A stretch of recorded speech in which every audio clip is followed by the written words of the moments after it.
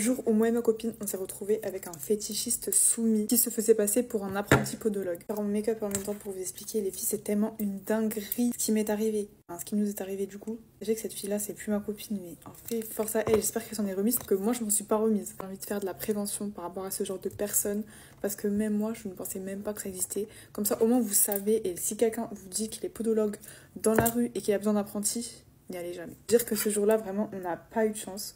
Ma copine et moi on voulait fêter Nouvel An, sauf que ce jour-là j'étais un peu malade et que genre à la dernière minute j'ai dit bon vas-y on sort. Mais il devait être quoi, minuit et demi, quelque chose comme ça. On s'est retrouvés à attendre des navettes à 1h du matin parce qu'à 1h du matin il n'y a plus de navettes en fait. Et nous on savait pas. Deux jolies nanas à attendre une navette qui n'allait jamais passer, avec un autre monsieur à côté de nous qui attendait soi-disant une amie. Il a commencé du coup à sympathiser avec nous vu que bah on avait rien à faire. Il nous a parlé, etc. etc. Pour vous dire que vraiment c'était son jour de chance. Un SDF dans la rue qui est venu nous embêter à moi et ma copine, qui est venu nous insulter en gros de comment on était habillés, etc. parce qu'on était bien habillés, c'était le Nouvel An. L'SDF vient vers nous, commence à nous insulter, à essayer de nous prendre par le bras, etc. Nous on avait un peu peur et ce mec en question, faux podologue, a défendu, a dit que c'était ses cousines, etc. Voilà, vu qu'il nous a défendu, il nous a montré que c'était un peu quelqu'un de bien, quelqu'un sur qui on pouvait avoir confiance quoi. Et franchement il avait une tête de gentil quoi, genre super gentil, nous raconte sa vie, dit qu'il attend sa copine, etc.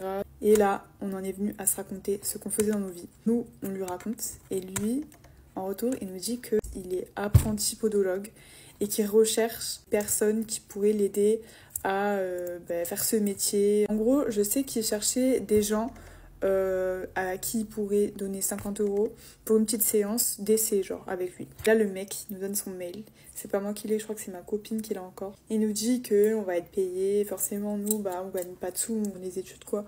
On s'est dit, bon, 50 € juste pour faire une petite séance podologue apprenti, pourquoi pas. Il nous a tellement mis en confiance qu'on n'a même pas douté une seule fois. On s'est dit, bah, on va le faire, en fait. De toute façon, on est deux. Tellement naïfs, mais tellement naïfs. Le mec nous a donné une adresse qui n'était même pas la bonne adresse. Il avait pas d'adresse, en fait. Je vous explique. Le mec, il nous a dit d'aller dans une résidence étudiante. On s'est rendu à la résidence étudiante. On allait à l'accueil. On a demandé si la dame connaissait le monsieur.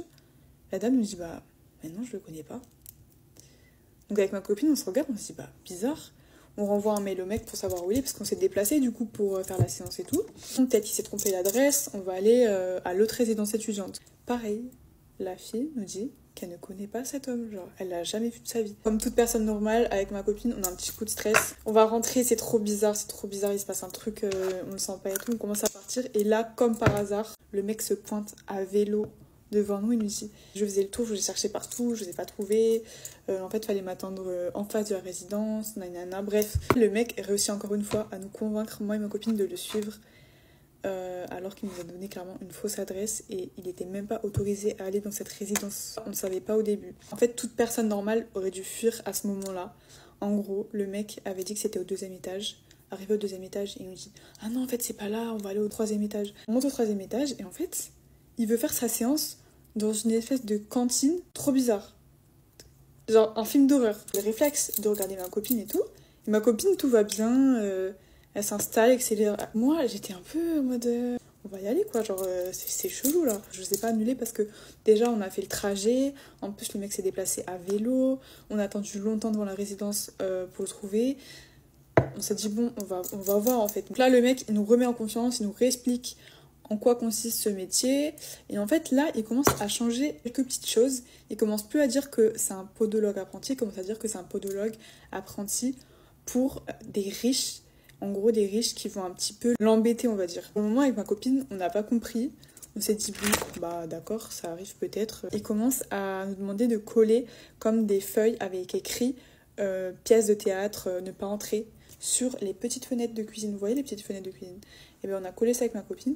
Mais là je vous jure que là, à ce moment-là, je me suis dit non en fait c'est trop bizarre, je veux partir en fait. Donc là le mec commence à changer de discours et nous demande de jouer un genre de rôle. On devait jouer les riches parisiennes qui ont pas le temps, qui veulent que le podologue fasse sa bite et tout. Entre guillemets, sont un peu méchantes avec lui mais parce qu'elles sont pressées. Le mec il nous sort une espèce de chemise un peu sale, ça se voit il l'a déjà utilisé. Il l'a mis par terre et il commence à se mettre par terre. En fait, je commence à dire oui, donc moi, je vais m'asseoir par terre. Vous allez nous donner vos pieds un par un. Et comme voilà, normal, quoi, il se met par terre, comme tous les podologues, quoi. Il se met allongé sur un petit t-shirt sale, quoi. C'est trop bizarre, c'est trop ghetto. Les filles, vraiment, à chaque fois que je parle, je réalise que je sais pas comment j'ai fait pour rester là. Les 9 minutes que je parle, après au montage ça va être moins. Donc je vais vous raconter la suite après, je suis désolée, je déteste quand les gens font ça. Mais là j'ai pas le choix et en plus c'est vraiment le truc de la vidéo ce qui va se passer après. Désolée, je vous raconte tout de suite.